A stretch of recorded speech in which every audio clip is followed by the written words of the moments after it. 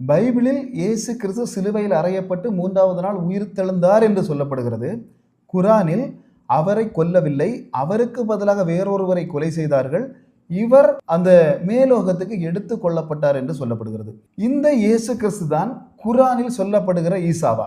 இயேசு கிறிஸ்துவின் சரித்திரங்களை நாம் எடுத்து பார்த்தால், இயேசு கிறிஸ்து சிலுவையை பார்த்து ஓடி ஒளிந்தது எந்த சரித்திரத்திலும் சொல்லப்படவில்லை. அவருக்கு பதிலாக வேறொருவரை அவர் பிடித்து கொடுக்க துணிந்ததாகவும் எந்த இடத்திலும் சொல்லப்படவில்லை.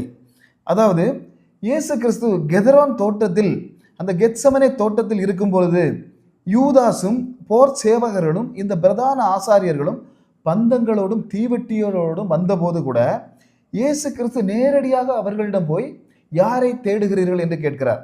ஆனால் இயேசு கிறிஸ்துவை தான் தேடுகிறோம் என்று சொன்ன உடனேயே அவர் சொன்ன மறுபதில், இயேசு கிறிஸ்து என்றால் அது நான் தான், என்னை பிடித்துக் கொள்ளுங்கள்,